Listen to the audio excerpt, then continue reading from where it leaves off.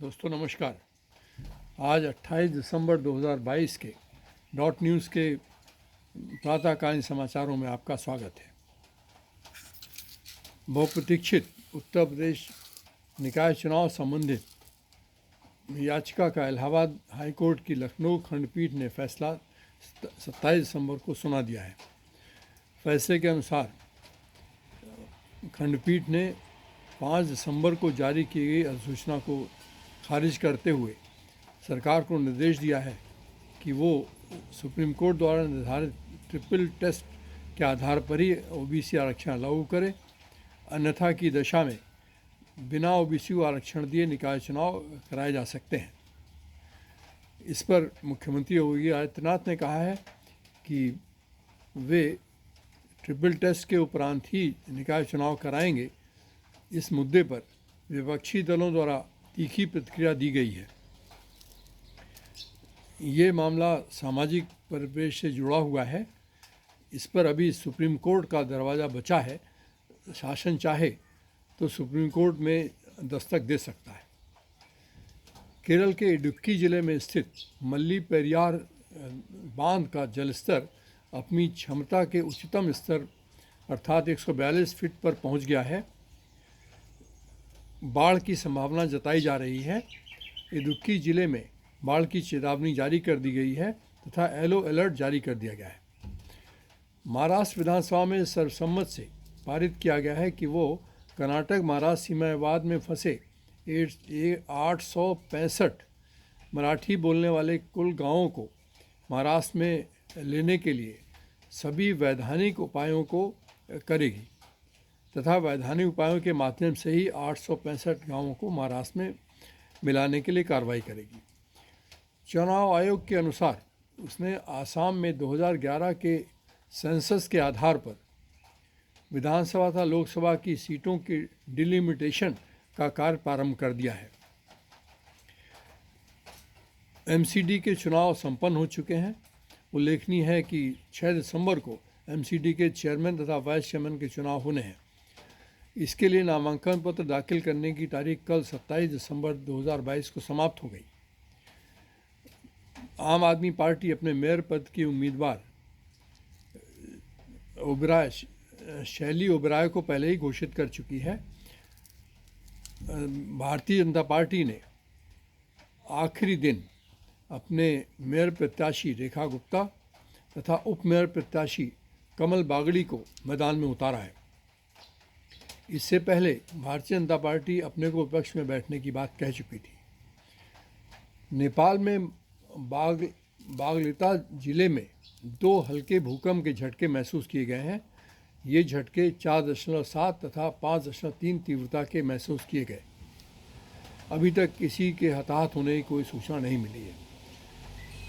उत्तराखंड के उत्तरकाशी जिले में रात को 2:19 पर एक हल्का भूकंप का झटका जिसकी तीव्रता 3.1 बताई जा रही है महसूस किया गया।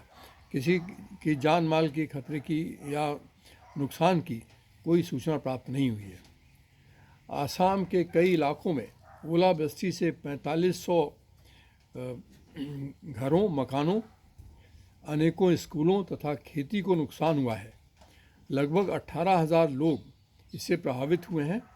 फलस्वरूप आसाम में येलो अलर्ट जारी कर दिया गया है।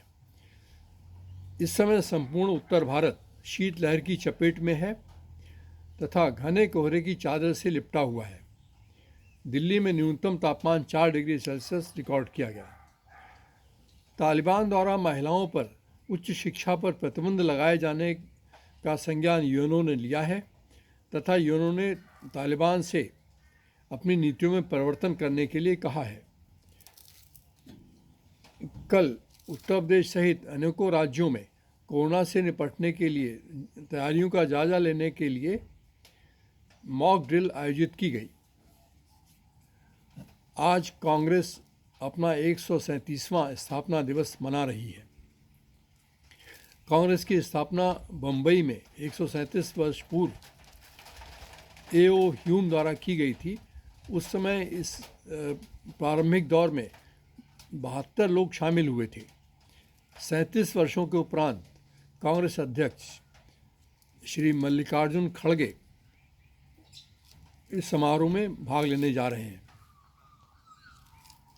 उत्तर प्रदेश में 7 वरिष्ठ आईपीएस अधिकारियों का तबादला कर दिया गया है। आलोक सिंह कानपुर जोन के अपर पुलिस महानिदेशक बनाए गए हैं। भानु भास्कर को प्रयागराज भेजा गया है। अब चलते हैं खेल समाचारों की ओर। खेल समाचारों में श्रीलंका के साथ 3 जनवरी से प्रारंभ होने वाली T20 श्रृंखला हेतु भारतीय टीम की घोषणा कर दी गई है। हार्दिक पांड्या इस टीम के कप्तान तथा सूर्य कुमार यादव उप कप्तान होंगे। विकेट कीपर हार्दिक पांड्या, रोहित शर्मा, विराट कोहली तथा केएल राहुल इस टीम में शामिल नहीं हैं। रोहित शर्मा एक दिवसीय टीम के कप्तान होंगे। T20 मैच में शिवम मावी तथा मुकेश कुमार को शामिल किया गया है।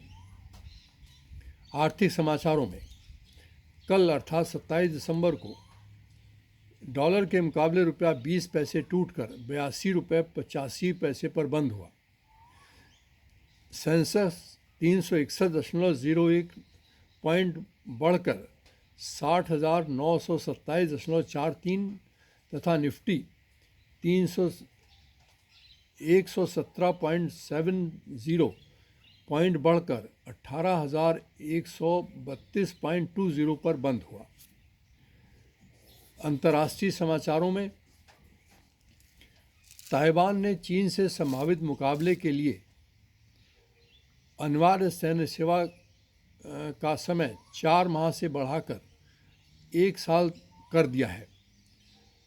रूस ने प्राइस कैप लगाने वाले देशों से कच्चे माल के निर्यात पर रोक लगा दी है।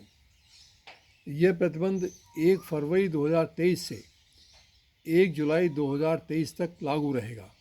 अर्थात G7 के 7 देश जिन्होंने रूस के कच्चे तेल की कीमत $60 प्रति बैरल पर रख दी थी, उसके चलते रूस ने इस प्रतिबंध को दस्तखत रखते हुए कच्चे तेल का निर्यात इन देशों को न करने का फैसला लिया है।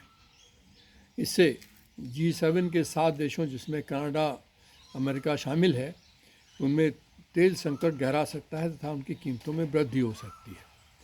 आज के समाचारों में बस इतना ही।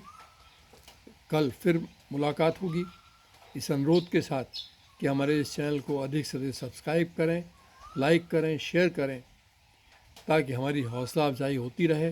पुनः इसी प्रार्थना के साथ, इसी अनुरोध के साथ मैं नीलम कुमार सिंह आपसे विदा लेता हूँ। नमस्कार, धन्यवाद।